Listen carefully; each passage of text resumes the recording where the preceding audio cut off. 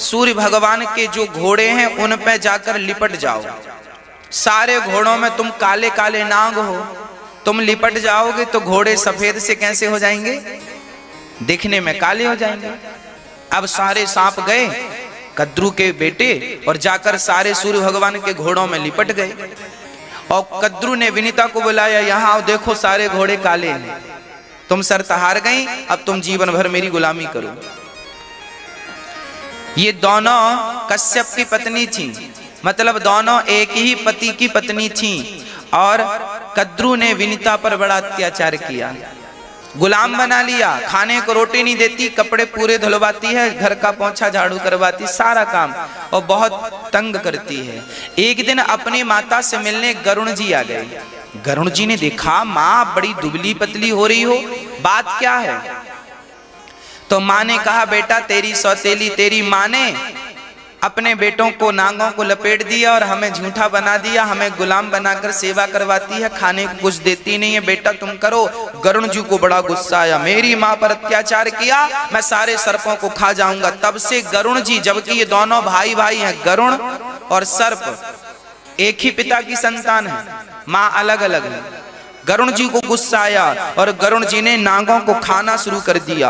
अब सब चिल्लाए, माता बचाओ, कद्रू माता बचाओ। अब सारे सर्प मां की शरण में आए और सारे को खाने लग गए। तो अब कद्रू चिंतित हो गई और गरुण जी से प्रार्थना की, बेटा मेरे पुत्रों को छोड़ दो। तब गरुण जी ने कहा, पहले मेरी मां को अपने दासित्व से आजाद करो, जो तुमने दासी बना रखा है इससे आजादी दिलाओ, तब जाकर के मैं आपके पुत्रों को माफ करूंगा, आपको माफ करूंगा। तब गरुण जी उन सर्पों को छोड़ते हैं और वही गरुण जी अमृत का कलश लेकर वृंदावन आए उस समय। और वृंदावन में आकर कदम पर भगवान गरुण जी बैठे तो एक बूंद अमृत की कदम पर गिरी और दूसरी बूंद अमृत की यमुना पर गिरी वृंदावन में। तब से लेके आज तक यहाँ कुंभ की परंपरा चली आ रही है। ये वो अमृत है, गरुण जी अमृत लेके आए और यहाँ वृंदावन में तब से कुंभ की परंपरा शुरू हो गई। ये पुराणों की चर्चाएं हैं। तो भगवान श्री कृष्ण और प्रियतमा श्री राधा रानी का ये क्रीड़ा स्थल है, रास स्थल है, स्थली है। यहाँ पर कुंभ में सभी देवी देवता स्नान करने आते हैं। आज इसी पावन धरा पर बैठकर आप और हम सभी कथा सुनने और सुनाने का जो अवसर पाए हैं, ये भगवान की कृपा से ही संभव हुआ है।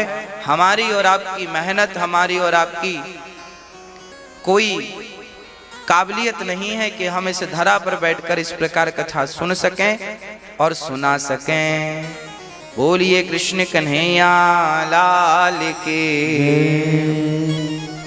इस कथा में परीक्षित बनकर आप श्री आसाराम यादव जी, श्रीमती अनारकली यादव जी, समस्त यादव परिवार मुंबई से, और श्री राजेंद्र प्रसाद जी, श्रीमती पुष्पा गुप्ता जी, श्री सुरेंद्र कुमार, मंजू देवी, श्री नरेंद्र कुमार जी, श्री विक्रांत विवेक सुशांत जी, समस्त गोयल परिवार गुड़गांव हरियाणा से आप परीक्षित बन करके आप सभी अपने अपने परिवार को कृतार्थ कर रहे हैं और भागवत 1-2 नहीं 21 पीढ़ी को तारने की सामर्थ्यता रखती हैं। उस महान ग्रंथ को, महाभागवत को आप सभी श्रवण करते हुए अपने जीवन को कृतार्थ कर रहे हैं। जैसे गंगा का जल जो पीता है वह शुद्ध हो जाता है, उसी प्रकार भागवत जी का जो जो श्रवण करता है वह शुद्ध होकर भगवत प्राप्ति की ओर आगे बढ़ जाता है। भागवत प्राणी मात्र के कल्याण के लिए इस धरा पर श्री सुखदेव भगवान ने भागवत जी को प्रकट किया, परीक्षित को माध्यम बनाकर। ऐसे सुखदेव भगवान के श्री चरणों में हम कोटि कोटि नमस्कार करते हैं। आइए, भागवत जी की शुरुआत कहाँ से है, भागवत जी का प्रारंभ कहाँ से व्यास जी ने महात्म पहले भगवत चर्चा को प्रारंभ किया। भागवत कहाँ से स्टार्ट होती है? महात्म 6 अध्यायों में। क्या कहा महात्म में? सच्चिदानंद रूपाय विश्वोत्पत्त्यादि हेतवे तापत्रय विनाशाय श्री कृष्णाय वयं नुमः। भागवत भगवान का वांगमय स्वरूप है भक्तों। मैया जी, भागवत भगवान का क्या है? स्वरूप है। प्रत्यक्ष कृष्ण एव ही, यही भगवान श्री कृष्ण है। इस कलयुग में भगवान शब्द के रूप में भागवत जी में समाये हैं। भगवान सतयुग में विग्रह के रूप में थे। भगवान सतयुग में, त्रेता में और द्वापर में शरीर लेकर आए। खंबा तोड़कर नरसिंह भगवान भये। दशरथ जी के यहाँ रामचंद्र हुए, वसुदेव जी के यहाँ कृष्ण भगवान हुए। उन युगों में भगवान शरीर के साथ आते थे, पर कलयुग में भगवान शरीर के साथ नहीं, इस कलयुग में भगवान शब्द के साथ आते हैं। ये शब्द जब हम कानों से श्रवण करते हैं तो ये कानों से शब्द नहीं, भगवान ही कानों से प्रवेश करते हैं। गीता में लिखा है प्रविष्टः कर्णरंध्रेण। भगवान कहां से प्रवेश करते हैं हमारे भीतर? कानों से प्रवेश करते हैं। ये भागवत जो है, भागवत की कथा जब हम 7 दिन तक सुनते हैं तो हर शब्द से कृष्ण ही तो अंदर जाता है। 7 दिन बाद आप देखेंगे कि आपके हृदय में भगवत प्रेम जाग जाएगा। यदि अभी जागा है तो बढ़ जाएगा, नहीं जागा तो जाग जाएगा। मतलब 7 दिन के भीतर शब्दों से भगवान आपके हृदय में जाकर प्रवेश कर जाएंगे। यह भागवत का कार्य है। भागवत भगवान को आपके हृदय में स्थापित करती है। भागवत जी प्रत्येक हृदय में भगवान की स्थापना करती हैं। सुखदेव श्री व्यास जी महाराज कह रहे हैं, सच्चिदानंद रूपाय विश्वोत्पत्त्यादि हेतवे तापत्रय विनाशाय श्री कृष्णाय वयं नुमः। भगवान कैसे हैं? सच्चिदानंद स्वरूप हैं। भगवान सत्य स्वरूप हैं, चित स्वरूप हैं, आनंद स्वरूप हैं। भगवान सत चित आनंद है। सत्य क्या है? ब्रह्म सत्यम जगन मिथ्या। ये संसार जो दिख रहा है यह सत्य नहीं है। अच्छा मैया जी, ओ भैया जी, ध्यान से सुनिएगा। ये जो जगत हमें दिख रहा है, संसार दिख रहा है, आप बताइए मुझे, क्या ये सत्य है? अच्छा, आपको जो दिख रहा है, हम आपको दिख रहे हैं, आप हमें दिख रहे हैं, हम सबको ये संसार दिख रहा है। स्त्री दिख रही है, पुरुष दिख रहा है, बेटा बेटी, घर परिवार, मकान दुकान, नदी तालाब, समुद्र पर्वत, सब तो दिख रहा है। अब ये बताइए, जो हमारी आंखों से दिख रहा है, क्या ये सत्य है? हाँ। अब आप कहेंगे महाराज जी दिख रहा है तो सत्य ही है। स्वाभाविक सी बात, दिख रहा है मतलब सत्य। मुझे ये बताइए, आपने कभी जादू देखा है? जादू देखा? पहले बहुत जादू गांव-गांव में दिखाने लोग आते थे, हमने भी देखे। एक जादूगर ने मेरे सामने, मैं उस समय छोटा था, एक जादूगर ने एक बच्चे को जाल में बांध दिया और ऊपर से कपड़ा ढक दिया और 4-6 गांठें लगा दी, कस के लगाना, और बच्चे को उसके भीतर बांध दिया और कपड़ा डाल के, पता नहीं जब उसने कपड़ा हटाया तो जाल तो था, बच्चा नहीं था। ये जादू आपने देखा है कि नहीं? बच्चा गायब हो जाता है, कबूतर निकल आते हैं, कहीं सांप निकल आएगा, ये जादू है। अब मुझे आप ये बताओ, आपने भी देखा कि जाल के भीतर बच्चा था, उसने कपड़ा डाला, हटाया तो बच्चा नहीं था। अब बताओ, क्या वो बच्चा सचमुच गायब हुआ था या उसके हाथ की सफाई थी? बोलो, क्या था वो? क्या सचमुच गायब हुआ था? बच्चा सचमुच गायब नहीं हुआ, पर दिखा हमें ऐसा, वहां सचमुच कुछ भी, उसने कपड़ा हटाया, टोकनी हटा दी, कुछ भी नहीं। बच्चा था 2 मिनट पहले, अब बच्चा नहीं है। देखो वो जादूगर इतना बड़ा जादूगर है, बच्चे को गायब कर सकता है। अब बोलो, वो व्यक्ति को गायब कर सकता है और जब उसका जादू पूरा हो जाता है तो वो आपसे 2-2 रुपए मांगता, भैया जरा दे दो, 2 रुपए दे दो। अब जो व्यक्ति इतना टैलेंटेड है कि वो बच्चे को गायब कर सकता है, वो तो साक्षात भगवान हो गया हमारे और आपके लिए। ये काम तो भगवान करते हैं। पर वो जादूगर से पूछा किसी ने, क्या तूने सचमुच जादू किया? क्या सचमुच बच्चे को गायब किया? बोले महाराज, बच्चे को गायब नहीं किया था, ये तो हमारे हाथ की सफाई है, ये तो हमने सीखा था। अब मुझे आप ये बताना, उसने तो हाथ की सफाई दिखाई, पर आपको सचमुच दिखा के नहीं कि बच्चा गायब हो गया है, बच्चे से सांप बन गया, बच्चे से कबूतर बन गया। हमें तो दिख रहा है ना, हम तो यही देख रहे हैं कि वहां बच्चा था और अब बच्चा नहीं है। हम ये देख रहे हैं कि वहां था, अब नहीं है, पर सच्चाई कुछ और थी। इसका मतलब ये हुआ कि जादू हम देखते हैं, दिखता हुआ जादू सत्य सा लगता है, पर सत्य होता हुआ भी वो सत्य, सच दिखता हुआ भी वो सत्य, सच दिखता हुआ भी वो सच। जैसे जादू सच दिखता हुआ सच नहीं है, उसी प्रकार ये संसार सच दिखता हुआ भी सच नहीं है। भक्तों, इसे सच मानने की गलती ना करना। ये वैसा ही सच है जैसे जादूगर का जादू सच दिखता है, उसी प्रकार ये सच है। संसार सत्य नहीं है, असारः खलु संसारो दुख रूपी विमोह का।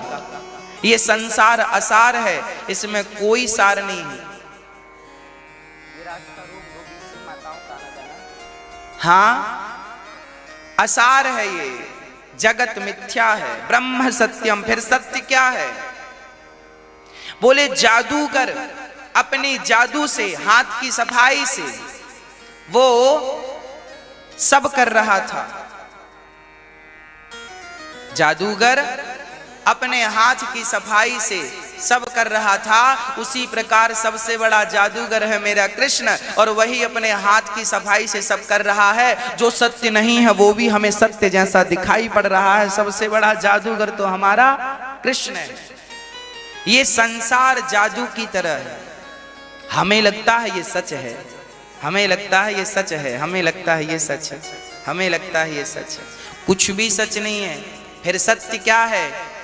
शंकर जी ने कहा, उमा कहूँ मैं अनुभव अपना, सत्य हरि भजन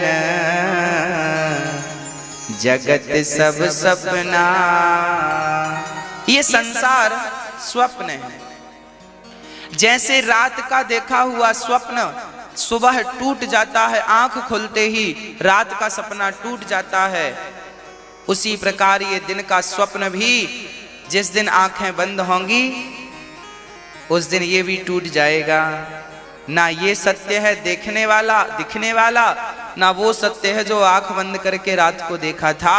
दोनों ही सपना है। फिर अपना क्या है? बोले अपने तो मेरे तो गिरधर गोपाल, दूसरो न कोई। एक भगवान मेरे हैं, एक कृष्ण अपना है, बाकी सब सपना है। सब सपना ही तो है, लगता अपना सा है पर है सपना। इसलिए मेरे तो भगवान, अब आप देख लो आपके कौन। मीराबाई ने कहा मेरे तो गिरधर गोपाल, दूसरों ना कोई। वो कहती है मेरे तो गिरधर गोपाल। अब आप देख लो कि आपके कौन, आपके कौन। भगवान कैसे हैं? सत्य स्वरूप है, इसलिए इनको प्रणाम करो, इनके दर्शन करो। श्याम सुंदर ही सत्य हैं, भगवान ही सत्य हैं। अच्छा, भगवान का एक नाम और है, चित। सत चित। चित क्या है? चित मीन्स प्रकाश, चित मीन्स आत्मा, चित मीन्स एनर्जी। परमात्मा सबके भीतर विद्यमान है।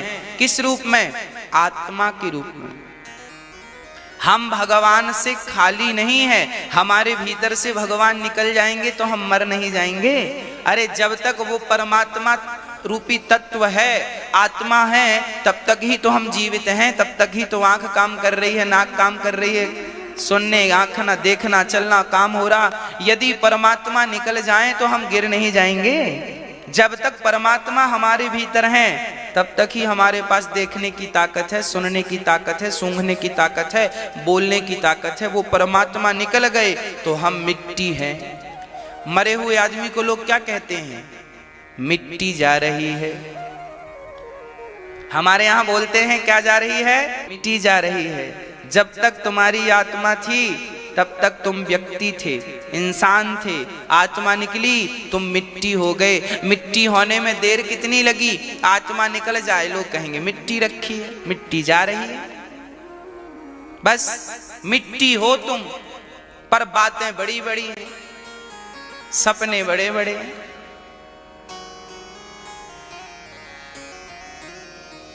इसलिए कहता हूं कि भगवान हम सब के भीतर हैं, उनको महसूस किया करो, उनको याद किया करो। आपके भीतर परमात्मा है, आपके बाहर परमात्मा है। इस संसार में उनके अतिरिक्त कुछ नहीं है। उन्हें महसूस किया करो, आदत बनाओ उन्हें महसूस करने की। ईश्वर सत्य हैं, चित हैं। अच्छा, भगवान का तीसरा नाम है आनंद। जो आनंद सिंधु सुख राशि, सीकरते त्रैलोक्य सुपासी। भगवान आनंद के सागर हैं। अच्छा, हम आपके पास जाएं और आपसे कहें भैया हमें गंगा जल दे दो, तो आपके पास कितना गंगा जल मिलेगा? हमें बताओ। आपके घर पर थोड़ा गंगा जल है या नहीं? हाँ या ना? अच्छा, हम आपसे कहें भैया हमें थोड़े से गंगा जल की जरूरत है, आप दे दो, तो आप कितना गंगा जल दोगे? हमें आप 100 ग्राम दोगे, अधिक से अधिक 250 ग्राम दोगे, और जोर लगाएंगे भैया 2 लीटर है 1 लीटर ले लो, और कहेंगे तो आप 1.5 दे देंगे, इससे ज्यादा तो नहीं। भाई आप कहेंगे भाई थोड़ा सा तो हम भी बचाएं अपने लिए, कल को जरूरत पड़ गई। हम आपसे गंगा जल मांगेंगे तो आप लीटर 2 लीटर ही दोगे बस। पर गंगा जी जाकर हम गंगा जी से कहें गंगा मैया गंगा जल दे दो, तो वो कितना देंगी? गंगा मैया बोलेंगी बेटा जितनी तेरी सामर्थ्यता है उतना ले ले, मैं तो देने को तैयार हूं। अब तू देख तेरे पास लेने की ताकत कितनी है। याद रखना मेरी माँ, आप गंगा जल ज्यादा से ज्यादा 2 लीटर दे सकते हैं किसी को, पर गंगा जी तो हजारों लीटर दे सकती हैं कोई लेने वाला हो। उसी प्रकार संसार में आप सुख ढूंढते हैं, संसार में आप सुख की कामना करते हैं, संसार में आप आनंद खोजते हैं। स्त्री में आनंद, पुरुष में आनंद, बच्चों में आनंद, पैसों में आनंद। यहां से आनंद कितना मिलेगा? लीटर 2 लीटर मिलेगा। संसार में आनंद आप मांगोगे, सुख ढूंढोगे, कितना मिलेगा? एक स्त्री पुरुष को कितना आनंद दे सकती है? एक पुरुष स्त्री को कितना आनंद दे सकता है? एक बेटा अपनी माँ को कितना आनंद दे सकता है? एक माँ अपने बेटे को कितना आनंद दे सकती है? एक लोभी को पैसा कितना आनंद दे सकता है? और एक सीमित आनंद ही तो मिलेगा। आप अपनी दुकान से 1000 रुपए रोज का कमाओगे, 2000 रोज कमाओगे, 5000 रोज कमाओगे, 50,000 रोज का कमाओगे। चलो इतना ही तो दे सकती है दुकान आपको, आपका बिजनेस इतना ही तो दे सकता है। लाख रुपए दिन देगा और क्या करेगा? 5 लाख रुपए दिन देगा और क्या करेगा? परंतु क्या आप उतने से तृप्त हैं? नहीं, मेरी माँ संसार में आनंद कोई देगा तो कितना देगा, थोड़ा सा देगा। संसार में आनंद रत्ती भर है, सच्चा आनंद तो भगवान के चरणों में है। यदि आनंद को पाना है तो भगवान की शरणागति ग्रहण कर लो। वह आनंद भगवान का नाम ही जो आनंद सिंधु, संसार में आनंद मिलेगा तो बिंदु मात्र मिलेगा, भगवान के यहाँ तो सिंधु है, सागर है, आनंद का सागर है, जितना ले सको ले लो। मीराबाई ने आनंद ले लिया, ऐसा आनंद लिया अमर हो गई। नरसिंह जी ने आनंद ले लिया। अरे देखो ना, श्री हरिदास जी महाराज ने ऐसे आनंद में डूब करके ऐसा प्रेम का मंथन किया कि जैसे दही का मंथन करने से मक्खन प्रकट हो जाता है। श्री हरिदास जी के प्रेम के मंथन से तो स्वयं बिहारी जी प्रकट हो गए। ये है आनंद। संसार में हमें कितना सुख मिलेगा, आप हमें कितना सुख देंगे, हम आपको कितना सुख देंगे। पर हरिदास जी ने एक मिनट के लिए विचार करो, यदि मृत्यु ना होती तो कैसा होता। एक कल्पना करके देखो, सोचो, यदि मौत ना होती तो बताओ कैसा होता। फिर आपके दादाजी अभी जिंदा होते, फिर दादाजी के पिताजी भी अभी कहीं बैठे होते, फिर उनके पिताजी भी अभी कहीं कोने पे। फिर विचार करो, आपके घर में पांव रखने की जगह होती यदि कोई मरता ही नहीं तो। बोलो, आपके पिता के पिता के पिता के पिता के और आपकी सास की सास की सास की सब जिंदा होती अभी तक, तो बताओ आपका एक 200 गज का घर है, 500 गज का घर है, क्या उसमें पांव धरने की भी जगह होती? मरते नहीं कोई तो। बोलो, कहां होती? ये पूरा संसार लोगों से भर चुका होता। यदि मृत्यु ना होती तो याद रखना मेरी मां, जैसे आप अपने घर को रोज साफ सुथरा करते हैं, ऐसे मृत्यु हमें साफ करती है, हमारे पापों को समाप्त करती है, एक अवसर देती है हमें सुधरने का, संवरने का। एक बढ़िया बात आज हमने पढ़ी और आज उसमें लिखा था एक ग्रंथ में कि मरने से सब जग डरा, मरने से सब जग डरा, मेरे मन आनंद, कब मरी हूँ कब भेंटी हूँ पूरन परमानंद। मरने से सब जग डरा, सारी दुनिया मरने से डरती है, पर मेरे मन आनंद। क्यों? बोले कब मरी हूँ कब भेंटी हूँ पूरन परमानंद। बोले वृंदावन आएंगे तब तो बिहारी जी को पाएंगे, उसी प्रकार जब ये शरीर छूटेगा तब तो भगवान की प्राप्ति होगी। इस शरीर से अब थोड़ी होगी, इस शरीर से तो भगवान के लिए रोया जा सकता है, इस शरीर से तो भगवान के लिए तड़पा जा सकता है। और जब भगवान के मिलने का वक्त आएगा तो अपने आप मिलन हो जाएगा, और जब मिलना होगा ये शरीर अपने आप छूट जाएगा। तो परमात्मा से मिलने के दिन को ही मौत कहते हैं, पर सामान्य लोग तो रोते हैं कि फलाना मर गया। लोगों को समझ नहीं है ना, इसलिए याद रखना मौत भी उत्सव है। इसलिए जब कोई मरता है तो बैंड बजते हैं, ढोल बजते और फिर गाजे बाजे से लोग लेकर जाते हैं। अर्थी के आगे आगे चलता ना बैंड। हाँ जी, क्यों बजते हैं बाजे मरने पर? क्योंकि मृत्यु एक उत्सव है। पर आज अज्ञानता के कारण लोगों ने उत्सव ना मानकर दुख का पहाड़ मान लिया है। लोग तो कहते हैं पहाड़ टूट गया दुख का। आज लोग मर जाएं तो लोग मानते हैं कि दुख का पहाड़ टूट गया, जबकि साधु जन, ज्ञानी जन, समझदार मरते हैं तो वो मानते हैं कि ये तो मेरा उत्सव है। ऐसा मरना है। दशरथ जी जब मरे तो वहां गोस्वामी जी लिख रहे हैं मरते तो सब हैं, पर मरना सफल हुआ दशरथ जी का, क्योंकि दशरथ जी राम राम कही राम कही, राम राम कही राम। दशरथ जी राम नाम लेते हुए अपने प्राणों को त्यागते हैं। जिसकी मृत्यु के क्षण भगवान का नाम जिह्वा से निकल जाए, बस उन्हीं का मरना ठीक होता है, उन्हीं का मरना उत्सव बन जाता है। इसलिए हम कहा करते हैं कि किसी भी हाल में जिह्वा पर भगवान का नाम बना रहे और मन सदा बिहारी जी के चरणों में, जगन्नाथ जी के चरणों में लगा रहे।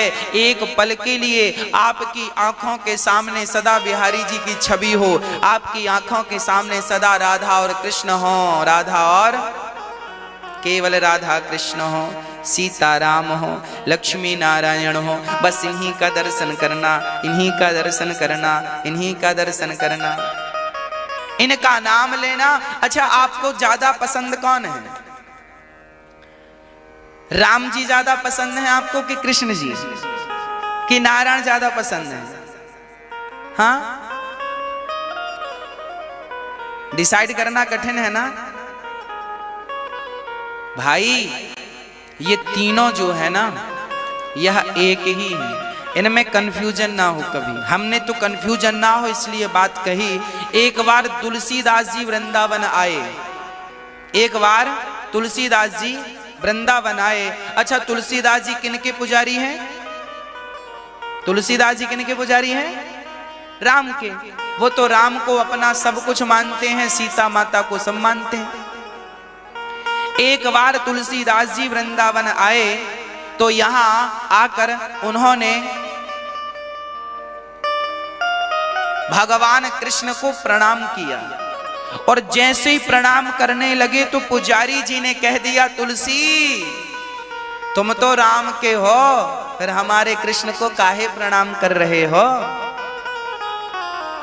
तो तुलसीदास जी जैसे झुके थे प्रणाम के लिए, वैसे ही स्टॉप हो गए, बिल्कुल वैसे ही रुक गए और भगवान से कहा, भगवान से तुरंत एक दोहा गा दिया, कित मुरली कित चंद्रिका, कित गोपियन के साथ, अपने जन के कारण श्री कृष्ण भये रघुनाथ। तुलसीदास जी बोले, कन्हैया जब तक तुम राम नहीं बनोगे अब हम तुम्हें प्रणाम नहीं करेंगे। तुम्हारे पुजारी जी कह रहे हैं तुम तो राम के उपासक हो, तो बनो फिर राम। तो वही कृष्ण तुलसीदास जी के लिए अभी मुरली लिए थे, मुरली हटाई और धनुष बाण लेके खड़े हो गए। तुलसीदास जी ने प्रणाम किया कि मैं तो अपने ही राम को प्रणाम कर रहा हूं। मैं याद रखना, ये छोटी सी बात क्या सिखाती है। मैं किसी स्त्री को प्रणाम करूं तो आप ये मत सोचना कि मैं किसी स्त्री को प्रणाम कर रहा हूं, ये सोचना कि मैं अपने कृष्ण को ही प्रणाम कर रहा हूं। मैं उस स्त्री में अपने कृष्ण का, जैसे तुलसीदास जी ने भगवान कृष्ण में राम का दर्शन किया, जाकी रही भावना जैसी, प्रभु मूरत देखी तिन तैसी। यदि आपकी आंखों में राम समाये हैं तो आप बिहारी जी को देखोगे ना तो तुम्हें बिहारी जी में राम ही नजर आएंगे, और तुम्हारी आंखों में कृष्ण समाये हैं तो तुम अयोध्या में रामलला को देखोगे तो तुम्हें उन रामलला में कृष्ण ही नजर आएंगे। आंखों में जो समाया है वही सब जगह दिखेगा। लक्ष्मी नारायण समाये हैं तो फिर तुम्हें हर स्त्री में लक्ष्मी नारायण दिखेंगे, हर पुरुष में लक्ष्मी नारायण, फिर तो कण कण में दिखेंगे। गोस्वामी जी ने यही तो लिखा है कि सिय राम मैं सब जग जान, करहूं प्रणाम जोरी जुग पानी। सब में भगवान है, सब में ईश्वर है, इसलिए मेरी माँ सब में भगवान जानो। और जिनसे आप प्रेम करते हो, आप राम जी से प्रेम करते हो तो कृष्ण जी का दर्शन करो, तो इसी भाव से करो कि ये हमारे राम हैं। वाह, तुम्हें कृष्ण में भी राम नजर आएंगे। जैसे तुलसीदास जी को कृष्ण में, तुलसी मस्तक तब नवे धनुष बाण लियो हाथ। तुलसी जी बोले मैं अब मस्तक तब झुकाऊंगा जब तुम धनुष बाण लोगे, बंसी निकालो। मुझे धनुष बाण लेके दर्शन दो। दिया भगवान ने। अरे तुम निष्ठा, जैसे जैसे यमुना जी में बहुत सारी नौका है, तुम किसी एक नौका पर बैठ जाओ पार लग जाओगे, उसी प्रकार तुम राम नाम ले लो। कृष्ण राम नाम भी महामंत्र है, कृष्ण नाम भी महामंत्र है और नारायण भी महामंत्र है, और तुम्हें ओम नमः शिवाय जप रहे हो ये भी महामंत्र है। किसी एक मंत्र को पकड़ लो, नौका पार हो जाएगी, भवसागर से पार लग जाओगे। एक साधे सब सधे। राम और कृष्ण में रत्ती भर अंतर समझने की जरूरत नहीं है। भगवान नारायण ही राम बनकर आए और भगवान नारायण ही दूसरे युग में श्री कृष्ण बनकर के आए। हाँ मैया जी,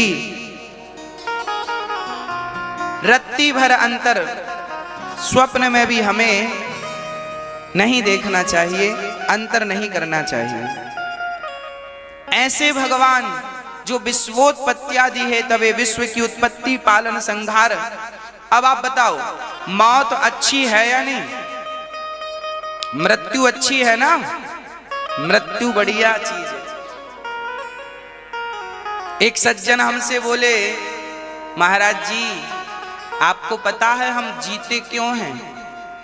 हमने कहा तुम ही बता दो। उन्होंने कहा हम सब मरने के लिए जी रहे हैं। हमने बात पर विचार किया, हमने कहा पहले विचार कर लें आपकी बात पर। हमने विचार किया तो बात सही लगी। हम जी क्यों रहे हैं? अंत में क्या होगा? हाँ, इसलिए मौत आएगी, उसके पहले भगवान को बुला लो, बिहारी जी को बुला लो, राम लला को बुला लो। भगवान के चरणों में प्रीति हो जाए, श्याम सुंदर के चरणों में, श्री राधा रानी के चरणों में प्रीति हो जाए, और जब प्रीति हो जाएगी तो फिर मरने में भी सुख मिलेगा। तो मरने के पहले प्रीति हो जाए, जल्दी से जल्दी भगवत प्रीति भगवत प्रेम हो जाए हम सबके भीतर। भगवान करते क्या है? तापत्रय विनाशाय। 3 प्रकार के दुख हैं। कौन कौन से? दैहिक, दैविक, भौतिक तापा। राम राज्य का हो नहीं व्यापा। 3 प्रकार के दुख सबको परेशान करते हैं। कौन कौन से दुख? हाँ, कोई तन दुखे, कोई मन दुखे, कोई धन बिन रहते उदास, थोड़े थोड़े सब दुखे, सुखी राम के दास। कोई तन से दुखी है, कोई मन से, कोई धन से। देखो सब दुखी है। दुखिया या संसार में सुखिया मिला ना कोई, सब दुखी हैं। फिर सुखी कौन? बोले जाओ जिस पर भगवत कृपा है, जिस पर जो भगवान को याद कर रहा, जानत हूँ अस स्वामी विसारी, फिर ही ते काहे न हो ही दुखारी। बोले भगवान का स्मरण ही सुख है। आपकी होंठों पे भगवान का नाम है, हृदय में भगवान का चिंतन है तो आप सुखी हैं। और भगवान का नाम हृदय से निकल जाए, होंठों से राम का नाम निकल जाए, वही क्षण दुख का क्षण है जब भगवान को हम भूल जाते हैं। भगवान की विस्मृति ही दुख है और भगवान का स्मरण ही सबसे बड़ा। इसलिए सुख चाहते हो तो भगवान का स्मरण बनाए रखो, भगवान को भूलो नहीं। किसी भी हाल में भगवान को मत भूलो। हर क्षण हर पल भगवान का चिंतन हो, एक पल के लिए भी ना भूलें। ऐसे भगवान को हम श्री राधा सहित कृष्ण को नमस्कार करते हैं। श्री कृष्णाय वयम नुमः, श्री कृष्णाय वयम नुमः। ऐसे श्री कृष्ण को हम नमस्कार करते हैं, ऐसे भगवान को हम प्रणाम करते हैं। अब सुखदेव जी भगवान को प्रणाम करते हैं। सुखदेव भगवान का जन्म हुआ, सुखदेव भगवान के बारे में कह रहे हैं, यम प्रव्रजंत मनुपेतमपेत कृत्यम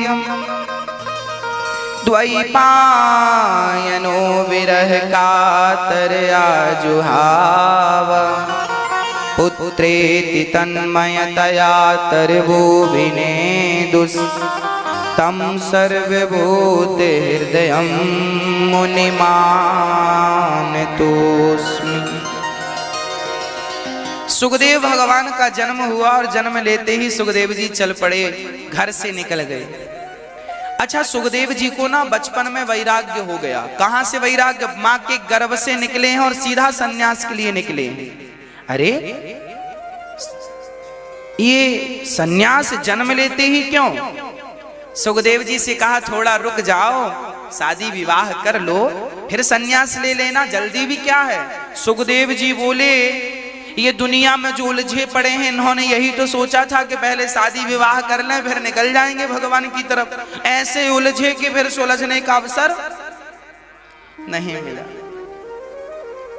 ये संसार में एक बार कोई उलझ जाए फिर सुलझ नहीं पाता। इसलिए जितना जल्दी हो सके अपने आप को इस संसार से सुलझा लो। संसार से क्या कर लो? अभी हम क्या हैं? अभी हम उलझे हैं। अब हमें क्या करना है? अपने आप को सुलझाना है। सुखदेव भगवान का जन्म हुआ, पिता ने कहा पुत्रेति तन्मयतया, रुको बेटा, रुको बेटा, हम तुम्हारा विवाह कर दें फिर चले जाना। सुखदेव जी बोले क्या भरोसा कि विवाह के बाद मेरा मन इनमें लगता है कि नहीं, हो सकता बच्चों में लग जाए, बेटी बेटा में लग जाए, और यही होता है। आपको लगता है अभी हमारी उम्र कितनी, अभी हम 40 साल के हुए हैं, अभी कोई भजन की उम्र है? अरे अभी तो हम 50 साल के हैं, अभी कोई भजन की उम्र है? हाँ, तो जिस दिन मरोगे उसी दिन करोगे क्या? कब है उम्र भजन की? भजन की उम्र कोई निश्चित नहीं है कि लड़कपन है कि जवानी है कि बुढ़ापा है। जब से तुम्हें सत्संग मिल जाए, जब से तुम्हें समझ आ जाए, तब से भगवान में मन लगा लेना, नहीं तो पता नहीं ये संगत तुम्हें फिर कभी मिलती है कि नहीं, पता नहीं। अभी है आंखें तो जी भर के देख लो, अभी जिह्वा है तो कन्हैया से जी भर के बातें कर लो। कल को जी भर के तुम बात कर पाए ना कर पाए।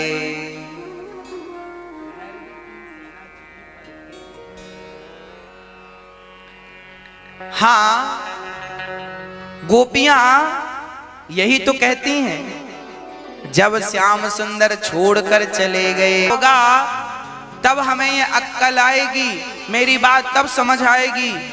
जब बुढ़ापे में प्राण छूटने लगेंगे तब समझ में आएगा कि काश जवानी में भगवान को प्राप्त कर लिए होते, भगवान की शरण में चले गए होते तो ये दुर्गति ना होती। काश काश तब होगा।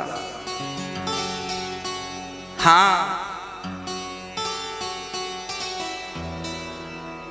गोपियां रोती हैं कृष्ण के लिए, भक्त रोता है भगवान के लिए। भक्तों, श्रीधाम ये भागवत जी की जो पावन चर्चा है, सुखदेव भगवान का जन्म हुआ, जन्म लेते ही चले भगवत भक्ति की ओर। उन्होंने देर नहीं लगाई, कल का इंतजार नहीं किया कि बूढ़ा होऊंगा तब भजन करूंगा, जवानी निकल जाएगी तब ना। याद रखना, संसार का हर काम कल पर टाल देना, पर आत्म कल्याण करने का काम कल पर ना टालना, क्योंकि कल होगा इसकी गारंटी नहीं। आत्म कल्याण आज कर लो। अच्छा, जो व्यक्ति आत्म कल्याण करने की सोच रहा है वो ज्यादा समझदार है कि जो सोच ही नहीं रहा है, बस हाय हाय करता जा रहा है, वो ज्यादा समझदार है? अरे भाई, समझदार उसे कहते हैं जो अपनी कमाई का कुछ हिस्सा बचा के कल के लिए रखे। पैसा आता गया उड़ाते गए, आता गया उड़ाते गए। इनको समझदार नहीं कहते, इनको एक नंबर का बेवकूफ कहते हैं, इनको बेवकूफ कहते हैं। पैसा आया, लाख रुपए आया, तुमने लाख रुपए उड़ा दिया। 50,000 आए, 50,000 उड़ा दिया। अरे समझदार लोग वो होते हैं जो पैसे को बचाते हैं। पता नहीं कल कैसा समय आ जाए। लॉकडाउन लगा, किसी को पता था लॉकडाउन लगेगा? कल विपत्ति का समय आ जाए तो किसके सामने हाथ फैलाओगे, कहां हाथ पसारोगे? इसलिए दो पैसा कल के लिए बचा के रखने वाले को समझदार कहते हैं। उसी प्रकार आप रोज रोज थोड़ा थोड़ा भजन कर लो। ये थोड़ा थोड़ा भजन जो रोज रोज तुम करोगे यही तुम्हें भवसागर से पार लगाएगा। ये भजन बचा के रखो। यही जैसे विपत्ति के समय में धन काम आता है, उसी प्रकार परलोक जाने के समय, मृत्यु के समय तुम्हारा धर्मानुगो गच्छति जीव एकहा, मनुष्य का किया हुआ पुण्य उसके काम आता है आखिरी वक्त में। याद रखना इन बातों को। जल बिंदु निपातेन क्रमशः पूरिते घटः सह हेतु सर्व विद्यानाम धनस्य च धर्मस्य च। कितनी बढ़िया बात है।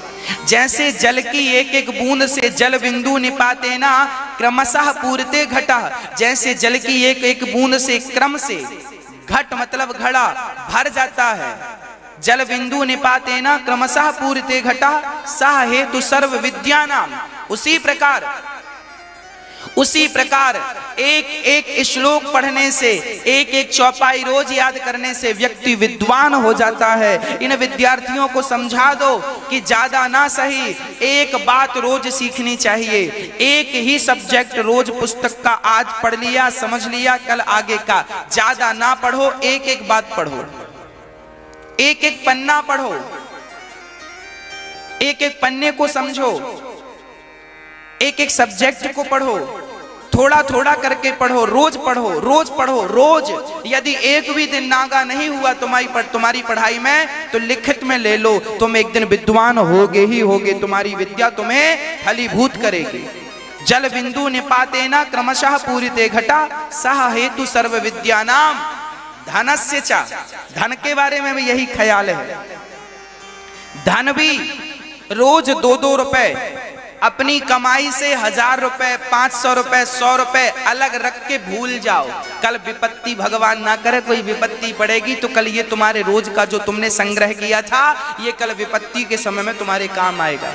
भाई बैंक में तुमने जो डाल दिया, तुम्हें तो पता है कि लाख रुपए है, 50,000 रुपए है, तो आपने निकाल लिया, चेक दे दिया, जरूरत पड़ गई सो कर लिया। पर ये जो 100 रुपए तुम रोज बचाओगे ना, ये तुम्हारी विपत्ति पे काम आएगा। भगवान ना करे कोई विपत्ति आए, पर आती है तो पैसा काम आता। उसी प्रकार जैसे एक एक रुपए बचाने से व्यक्ति धनवान हो जाता है, उसी प्रकार थोड़ा थोड़ा धन, थोड़ा थोड़ा धर्म करने से वह बहुत बड़ा धर्मात्मा हो जाता है।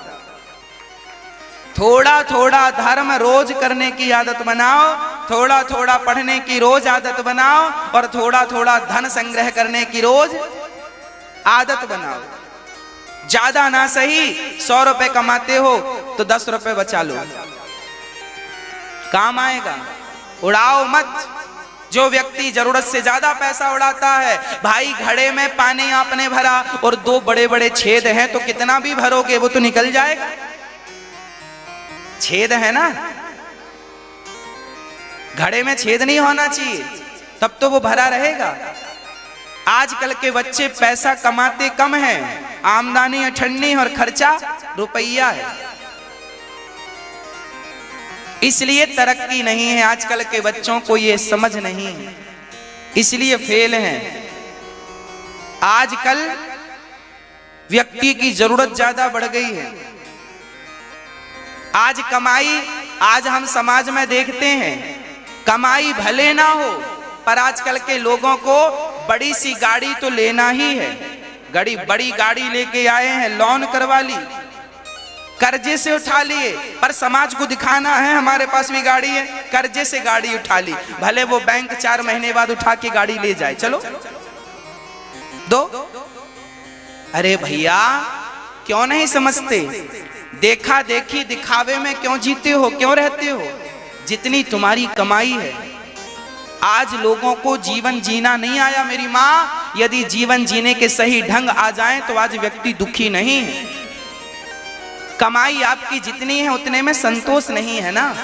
जबरदस्ती लोन ले लेके आप कर्जीले हो जाते हैं, जबरदस्ती टेंशन पालते हैं। गाड़ी की जरूरत नहीं थी फिर भी गाड़ी ले ली। छोटे से घर में गुजारा होता तो कर्जा ले लेके बड़ा सा घर बनवा लिया। अब चुकाओ इसी के लिए, 10 लाख लिए हो 20 लाख चुकाओ।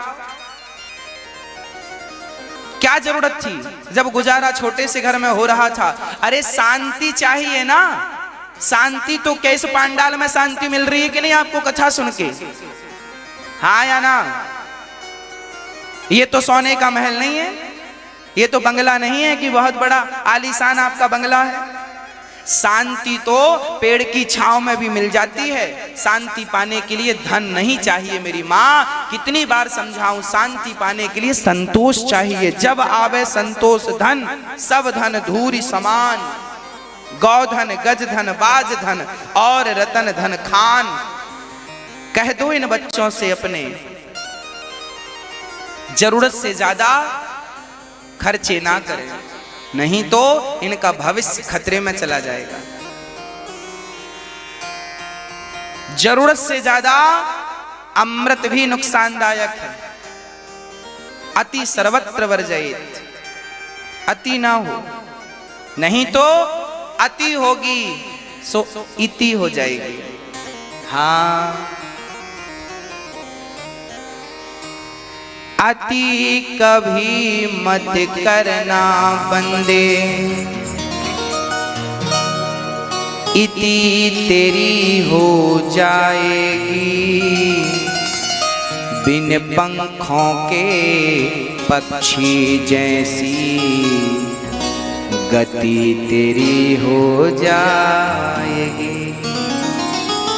जैसे बिना पंखों का पक्षी, क्या अस्तित्व है उसका? हाँ, अति सुंदर थी सीता मैया, जिसके कारण हरण हुआ। अति अभिमानी था वो रावण, जिसके कारण मरण हुआ। अति अति ना करना बंदे, इति तेरी हो जाएगी। बिन पंखों के पक्षी जैसी गति तेरी हो जाएगी। अति कहीं ना हो, नहीं फिर इति। सुखदेव भगवान कहते हैं हमें संसार में मन नहीं लगाना, हमें तो भगवान में मन लगाना है, और चले गए। ऐसे सुखदेव भगवान को प्रणाम करते हैं, है ना प्रिय भक्तों। सुखदेव भगवान के बाद बद्री स्वयं सभी साधु, सभी शौनक आदि ऋषि बैठे हैं नैमिषारण्य में, जहां सूत जी का आगमन हुआ। सूत जी को देखते ही सब खड़े हो गए और सूत जी ने सबको बैठने को कहा। ऊंची आसन पर बिठाया सूत जी को, सभी ने उनका वंदन किया, स्वागत किया। सारे ऋषियों ने, शौनक आदि ऋषियों ने प्रश्न किया, महाराज भक्ति ज्ञान विराग आप तो विवेको वर्धते, महान माया मोह निराशश्च वैष्णवै क्रियते कथम। आप हमें ऐसी कथा सुनाओ जिससे भक्ति बढ़े, ज्ञान बढ़े, वैराग्य बढ़े। ऐसी कथा सुनाओ जिससे कल्याण हो जाए हम सबका। हम सबका क्या हो? कल्याण हो जाए। क्यों कल्याण चाहते हैं? इह घोरे कलौ प्रायो जीवश्चा सुरताम गतः। आज व्यक्ति आसुरी वृत्ति का हो गया है, नाना प्रकार के क्लेशों से, क्रांताओं से, दुखों से घिरा हुआ है। उसके कल्याण के लिए क्या चाहिए? बोले कृष्ण प्राप्ति कर्म शाश्वत साधनम तद्वदाधुना। ऐसी कोई कथा सुना दो, ऐसी कोई बात कह दो जिससे हमें कृष्ण की प्राप्ति हो जाए। याद रखना मेरी माँ, जीवन में शांति तब तक नहीं है जब तक भगवत प्राप्ति ना हो जाए। इसलिए मैं आपसे कहता हूं, इसलिए हम आपसे कहते हैं कि कृष्ण की प्राप्ति कल नहीं, आज ही कर लो। भगवान में मन कल नहीं, आज ही लगा लो। भगवान कुछ देखिए, भगवान में भजन, भगवान में मन लगाने से कोई नुकसान नहीं है।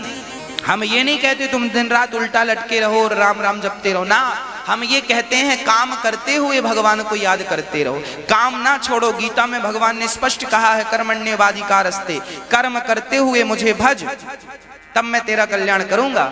काम छोड़ के भजेगा तो कल्याण नहीं होगा। कर्म करता हुआ जो मुझे भजता है उसको मैं मिल जाता हूं। और जब तुम्हारी उम्र हो जाए, सारी जिम्मेदारियां छूट जाएं, घर परिवार की जिम्मेदारियां, तो फिर अंत में भगवान ने कह दिया सर्वधर्मान परित्यज्य मामेकं शरणं व्रज अहं त्वा सर्व पापेभ्यो मोक्षयिष्यामि मा शुचः। आओ, जब सारी जिम्मेदारियों से निवृत्त हो जाओ, तब फिर सारे कर्मों को छोड़ करके फिर भगवान की तरफ पूर्ण रूप से बढ़ जाओ। अभी 10 की स्पीड में बढ़ो, जब संसार की जिम्मेदारियां पूरी हो जाएं तो 100 की स्पीड में दौड़कर भगवान के चरणों में चले जाना। सीधी बात यह, अभी 10 की रफ्तार में तो चलो भगवान की तरफ कम से कम। हाँ, अब देखिए ये जो भागवत है, सूत जी कहते हैं ये भागवत देवताओं को भी बड़ी दुर्लभ है। अच्छा, हाँ, कैसी दुर्लभ है सुनो। एक बार शुकताल में कथा चल रही थी, सुखदेव भगवान राजा परीक्षित को कथा सुना रहे थे। उसी क्षण देवराज इंद्र अमृत का कलश लेकर आए और अमृत लेकर आकर बोले, महाराज ये स्वर्ग का अमृत राजा परीक्षित को पिला दो ताकि इनकी मृत्यु ना हो, 7 दिन में मरने का श्राप लगा है, और ये भागवतामृत आप हमें पिला दो। सुखदेव जी बहुत हंसे। क्वा सुधा क्वा कथा लोके क्वा कांचा क्वा मणिर महान। कहाँ कांच का टुकड़ा, कहाँ मणि। आपके स्वर्ग का अमृत है कांच का टुकड़ा, और हमारी कथा है मणि। कांच का टुकड़ा लेकर अपनी मणि भला कौन देगा? इसे समझदार तो नहीं कहेंगे। हम अदला बदली एवं विनिमय जाते, अदला बदली वहां होती है जब वस्तु बराबरी की हो। आपके स्वर्ग देखिए, स्वर्ग का अमृत भी भागवता अमृत के सामने फीका है। स्वर्ग के अमृत से भागवत की कोई तुलना नहीं है। कैसे और क्यों? क्योंकि स्वर्ग का अमृत कोई पी ले तो अमर तो हो जाएगा, स्वर्ग तो मिल जाएगा, परंतु उसे भगवान नहीं मिलेंगे। जबकि भागवतामृत कोई पी ले तो स्वर्ग नहीं, सीधा गौलोक धाम को प्राप्त करता है, सीधा भगवान को। स्वयं जो भागवत सुनता है उसको लेने स्वयं भगवान आते हैं, पार्षदगण आते हैं। पार्षदगण और भगवान इनमें कोई विशेष अंतर नहीं है। जब धुंधकारी की मुक्ति हुई भागवत सुनकर, तो धुंधकारी को लेने कौन आया? पार्षदगण आए। अजामिल ने भगवान का नाम बुढ़ापे में एक बार पुकारा, नारायण, तो उन्हें लेने कौन आया? स्वयं भगवान के पार्षद। अर्थ क्या निकला? जो भगवान की शरणागति ग्रहण कर लेता है उनके लिए स्वयं भगवान अपना विमान भेजते हैं, जाओ इसमें बिठाकर मेरे भक्त को लेकर आओ। भगवान अपने भक्त को बहुत प्रेम करते हैं। स्वर्ग के अमृत में क्या दम है, क्या दे सकता है? स्वर्ग के अमृत में कोई विशेष बात तो नहीं है। भागवतामृत स्वर्ग के अमृत से कई गुना ज्यादा श्रेष्ठ है। इसलिए भागवत की महिमा अत्यधिक है। देवता भी भागवत सुनने को तरसते हैं। याद रखियो मेरी माँ, देवता भी भागवत सुनने के लिए अमृत लेकर आए, बोले हमें कथा सुना दो। सुखदेव जी बोले तुम प्रेमी बनकर आते तो सुना देते, तुम तो सौदागर बन के आए हो, तुम्हें नहीं सुनाएंगे। देवताओं को भी कथा नहीं सुनाई गई। क्यों नहीं सुनाई गई? क्योंकि वो इस कथा के अधिकारी नहीं है, अधिकारी नहीं है, इसलिए नहीं सुनाई गई। आप अधिकारी हैं, इसलिए आप लोग सुन रहे हैं, समझ रहे हैं। शायद विधाता ने आपको अधिकारी समझा है, अधिकारी समझा है, इसलिए तो आपको कथा सुनने का अवसर भगवान ने दिया है। भागवत प्राणी मात्र का कल्याण करने वाली है। राजा परीक्षित ने सुना, 7 दिन में उनका उद्धार हो गया। धुंधकारी ने सुना, 7 दिन में उनका उद्धार हो गया। जिनकी मुक्ति कैसे भी करके नहीं हो सकती थी, उनकी मुक्ति भागवत से हो गई। भागवत तो सबको मुक्त करने वाली है, सबको मुक्त करने वाली। कई लोग हमसे ये कहते हैं महाराज जी भागवत ने हमारे पूर्वजों को मुक्त कर दिया, हमें पता कैसे लगेगा? हम दावे से कहते हैं कि आपके पूर्वजों की यदि मुक्ति नहीं हुई है तो भागवत से मुक्ति होगी। और आपके पूर्वज, आपके पिता या आपकी माता या आपके दादा खुद आपके सामने आकर स्वप्न में कहेंगे बेटा, स्वप्न में कहेंगे या किसी भी प्रकार कहेंगे कि बेटा भागवत तुमने सुनी है, मेरा उद्धार हो गया, मैं जा रहा हूं। आपके पूर्वज स्वयं आपसे कहेंगे, तब विश्वास कर लेना। मेरे सामने ये एक और दो प्रमाण नहीं है, हजारों प्रमाण ऐसे हैं। लोग हमसे बताते हैं कि हमने अपने पूर्वजों की उद्धार के लिए, गति के लिए भागवत की पोथी बिछाई थी और 7 दिन बाद हमें हमारे पूर्वजों की सदगति होते हुए हमने अनुभव किया। कोई स्वप्न में देखा, कोई प्रत्यक्ष रूप से। एक सज्जन ने तो हमसे कहा महाराज जी हमने उन्होंने भागवत कराई थी अपनी बेटी के लिए, उनकी बेटी इस दुनिया में नहीं रही तो उनकी आत्म शांति के लिए उन्होंने बेटी के लिए भागवत जी कराई। तो उन्होंने देखा कि चौथे दिन की कथा में जब वो सुन रही थी, सामने बैठे जैसे आप सुन रहे हैं, तो उन्होंने देखा कि व्यास गद्दी के पास ही बैठकर उनकी बेटी उनको दिखी, एक झलक दिखी और अंतर्धान हो गई। क्योंकि जो आज पूज्य श्री अनिरुद्धाचार्य जी महाराज ने हम सभी लोगों को बहुत ही उत्तम एवं शिक्षाप्रद कथा सुनाई है। आशा करता हूं कि इस शिक्षाप्रद कथा से हम सभी लोग कुछ न कुछ शिक्षा अवश्य ग्रहण करेंगे और अपने जीवन को सुखी और सात्विक बनाने का प्रयास करेंगे।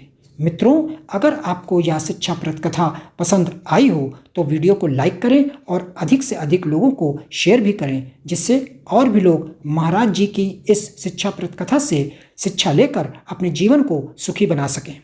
मित्रों, अगर आपने अभी तक हमारे चैनल को सब्सक्राइब नहीं किया है तो हमारे चैनल को तुरंत सब्सक्राइब भी कर लें, जिससे आपको नोटिफिकेशन के माध्यम से महाराज जी के शिक्षाप्रद कथा तुरंत प्राप्त हो सकें।